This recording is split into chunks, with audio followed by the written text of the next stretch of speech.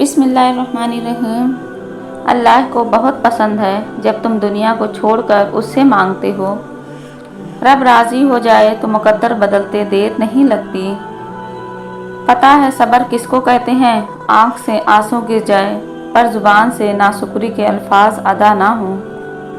बदला लेने वालों से नहीं बल्कि सह जाने वालों से डरो। उनका मामला रब के हुजूर पहुंचा दिया जाता है। ऐब अपने देखो और उसे दूर करने की फ़िक्र करो। अच्छाइयाँ दूसरों की देखो और उसे अपने अंदर पैदा करने की फ़िक्र करो। मकान और इंसान टूट कर ही नया बनता है। रसूलुल्लाह सल्लल्लाहु अलैहि वसल्लम ने इरशाद फरमाया, हर चीज़ की सिफा होती है और दिलों की सिफा अल्लाह का जिक्र है। अपने इरादों में मुखलिस रहो, अल्लाह की मदद हमेशा साथ पाओगे। सादगी इंसान के वक़ार में इजाफ़ा करती है। अपने वक़ार को महफूज रखें, चाहे आपको अपने कमरे की दीवारों से दोस्ती करनी पड़ती। बेसुकूनी की सबसे बड़ी वजह हकीकत यह है कि हमारे गुनाह हमारी रूह को जगह जगह कट लगा देते हैं और हमें समझ ही नहीं आती कि हमारी ज़िंदगी में बेसुकूनी किस चीज़ की है। आए सच्चे दिल से रब रहीम से अपने तमाम गुनाहों की माफ़ी मांग लें जो हमसे जाने अनजाने में सरजद हुए, ताकि हमारी ज़िंदगियों में सुकून आ सके। नेकी सिर्फ़ और सिर्फ रज़ा इलाही के लिए होनी चाहिए। अक्सर लोगों को शिकवा करते सुना है कि नेकी का ज़माना ही नहीं, हर ज़माना नेकी का ही है। अगर की जाने वाली नेकी के अज़्र की उम्मीद सिर्फ़ अल्लाह से रखी जाए, मगर हम नेकियों के अज़्र की उम्मीद लोगों से लगा लेते हैं और फिर नाउमीदी पर शिकवा करते नज़र आते हैं। शैतान की इंसान पर की गई सारी सरमायाकारी उस वक्त मुकम्मल तौर पर डूब जाती है जब बंदा सच्ची तौबा करके अपने रब के दर पर झुक जाता है। बेशक अल्लाह पाक हर गुनहगार की तौबा कबूल फरमाने वाला है। अल्लाह के सुपुर्द करना सीखें।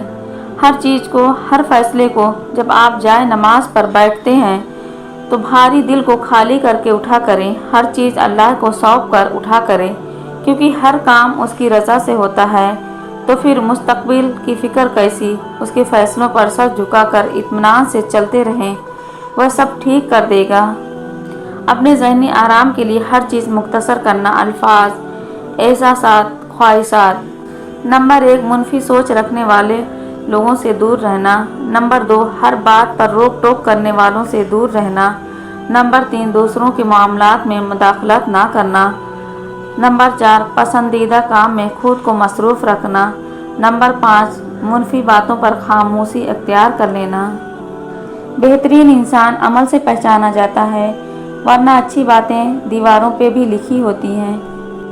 अपने वह होते हैं जिनको हमारे दर्द का एहसास होता है, वरना खैरियत तो रास्ते पे आने जाने वाले लोग भी पूछ लेते हैं।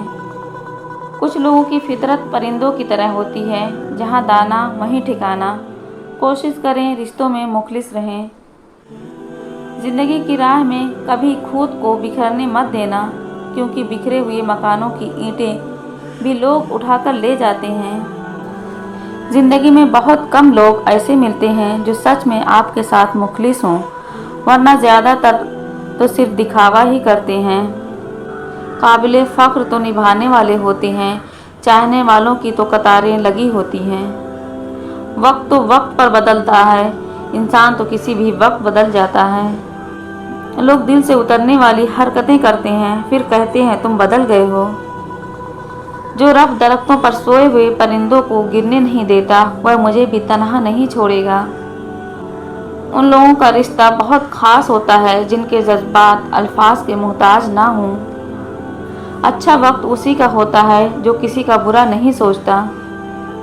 वह भी क्या दौर था मुर्शिद, जब घर कच्चे और लोग सच्चे हुआ करते थे। अल्लाह पाक हम सब को कुरान व सुन्नत के मुताबिक ज़िंदगी गुजारने की तौफीक और हिम्मत अता फरमाए। खामोश दुआ। जब दिल घबराने लगे और आंखों से आंसू आने लगे, सिर्फ एक काम करना, अपने हाथ अल्लाह ताला के सामने दुआ के लिए उठाना। चाहे कुछ ना कहना, लेकिन अल्लाह ताला सब समझ जाएगा, आपके दर्द को, आपकी तकलीफ़ को, आपकी ज़रूरत को। बेशक अल्लाह हर चीज़ पर कुदरत रखता है। समझदार वह नहीं जो ज़्यादा पढ़ा लिखा हो, बल्कि समझदार वह है जिसे ये हुनर आता हो कि किससे कहाँ पर किन अल्फाज में किस लहजे में बात करनी है। अच्छा वक्त हमेशा उनका होता है जो कभी दूसरों का बुरा नहीं सोचते। किसी को अपनी मोहब्बत का आदी बनाकर फिर छोड़ देना उसको कत्ल कर देने के मतरादफ है। बाप की सिफकत का पूरी दुनिया में कोई सानी नहीं। बार बार आंसू साफ करने की बजाय अपनी ज़िंदगी से उसको ही साफ कर दें जो आपके आंसू की वजह बनता है। माँ बाप को खुश करना दुनिया का आसान तरीन काम है। उनको आपसे ज़रा सी तवज्जो और नरमी के सिवा कुछ नहीं चाहिए होता। ये ज़िंदगी के वह झरने हैं जो महज आपके लिए बहते हैं। उनका खुश्क हो जाना औलाद की बड़ी बदकिस्मती है। मिजाज में थोड़ी सख्ती लाजमी है।